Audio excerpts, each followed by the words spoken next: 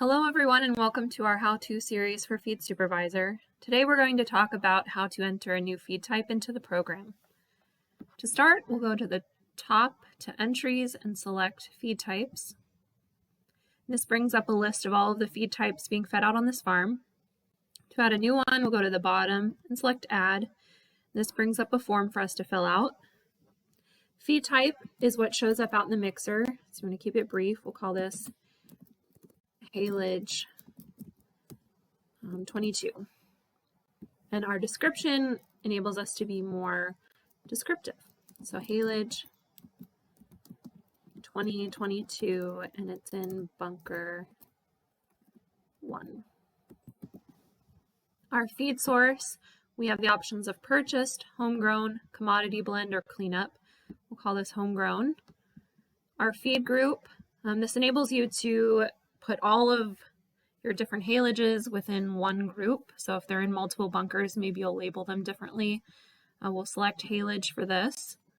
And then forage location or storage location is going to be bunker 1. If I needed to add this, I could simply select this button here and then add a new location if I wanted to. But we'll just select bunker 1 as our location. Reorder time, so if I was entering in a commodity that I'm ordering from a mill, how many days before that ingredient runs out do I want to know about? And I could put in that amount here. Since this is a homegrown ingredient, I'm going to leave that blank. Then our projected shrink is going to be whatever you project for that ingredient. I'm going to say 8% for this. And that's just for reporting purposes. And same with max mix error. How much over or under the ingredient do you want to know about? Typically this is between 3 and 5%. Then for mixer load method, we have normal, which is if you're loading it right into the mixer with a skid steer or a payloader. Then there's hand add, which is typically for our small ingredients, so like a bagged ingredient, a mineral, something that you're not adding a lot to. So whenever you put it into the mixer, it's going to say that if it called for 50 pounds, it's going to say you put 50 pounds in. And then auto-loaded is a different feature we're not going to talk about today. It's not very commonly used. And then we have two selections down here. The first is this is not a TMR feed. So if you're entering something like sand into your inventories so that you can easily track the inventory, but it's not going out into your mixer, then you could select that here. And then inventory is not tracked. This would be used for something like water where it's getting fed into your ration, but you're not keeping track of how much water is coming out of your inventory.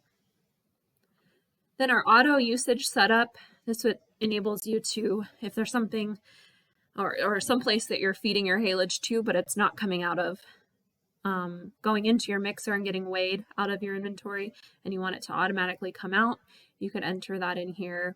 So if you're feeding steers and just dumping it into a wagon and you know how much you're feeding your steers every day, you could enter that amount and select how often you're feeding them. Then for first active date, I'm going to leave that as today. And then percent dry matter, I will set that at 63%. And then our as fed cost, I'll set that at $50 a ton. And then our dry matter feed cost entry, that's going to get calculated based on what you put up here in your as fed.